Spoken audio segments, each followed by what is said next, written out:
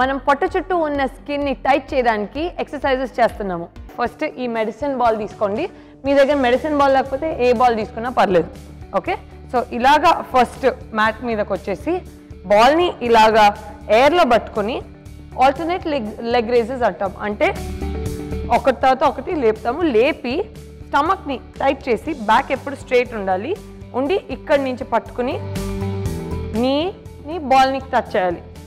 Tony బాల్కి touch చేయాలి. Okay, so 3, 2, 1 and let's go. 1, 2 back ఎప్పుడు straight. 3, 4, 5, 6, 7, 8, 9, 10. So దీంతో మనకి ఏమైంది, లోవర్ స్టమక్ దగ్గర ఉన్న మసిల్ అంతా టైట్ అవుద్ది అనమాట. సో అది ఫస్ట్ ఎక్సర్సైజ్. సెకండ్ ఎక్సర్సైజ్ ఏంటంటే మనం ఆబ్లిక్ ట్విస్ట్ అంటాం. అంటే ఈ సైడ్ మసిల్స్ని ఆబ్లిక్స్ అంటాం. సో దాన్ని ట్విస్ట్ చేయడానికి ఒకవేళ బాల్ లేని వాళ్ళు ఏం చేస్తారంటే హ్యాండ్స్ ఇలా వెనక్కి కూడా పెట్టుకుని ఇలాగ ట్విస్ట్ చేయొచ్చు. బాల్ ఉన్న వాళ్ళు ఇలా బాల్ పట్టుకుని 1, 2 బ్యాక్ కూడా ఇలా స్ట్రైట్, ఎప్పుడు ఇలా ఉంచేసి ఇలా చేయకూడదు. ఓకే, కొంచెం బాగా పడుతుంది pressure. So get ready. Okay Anil, let's go. 3, 2, 1 and shoot. 1, 2, 3, 4, 5, 6, 7. Burning Anil. 8, 9, 10. So దీంతో మనకి ట్విస్ట్ అయ్యే కొద్దీ ఈ సైడ్ మసిల్స్ అంతా టైట్గా పట్టుకుంటుంది అనమాట. సో అవి 2 ఎక్సర్సైజెస్ దాన్ని. థర్డ్ ఎక్సర్సైజ్ ఏంటంటే ఈ బాల్ని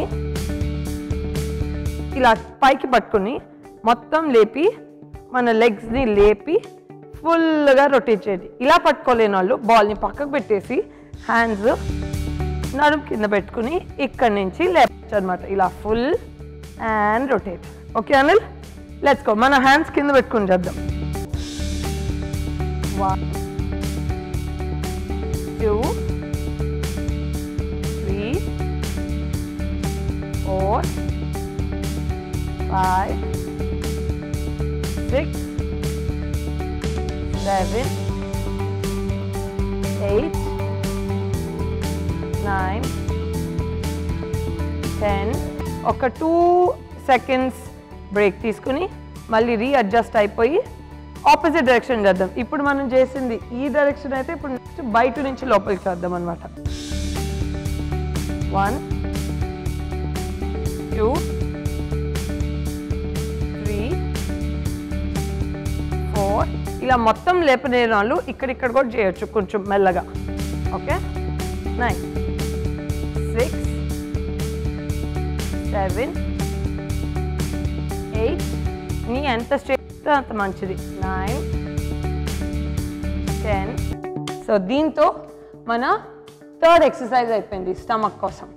నా ఫోర్త్ ఏంటంటే బాల్ కింద పెట్టి ఒక్కొక్కటి లేపుతాం. 1, బ్యాక్ స్ట్రైట్ ఉండాలి. ప్రెషర్ అంతా ఇలా లోవర్ స్టమక్ మీద పడుతుంది అనమాట. Very nice, super, fantastic. ఇది ఇక్కడే ఉండాలి. బ్యాక్ ఎప్పుడు స్ట్రైట్ ఉండాలి. స్టమక్ దగ్గరే పడుతుంది ప్రెషర్. మనం మటుకు కదలకూడదు అనమాట. ఫ్యాంటాస్టిక్. And 2, last one.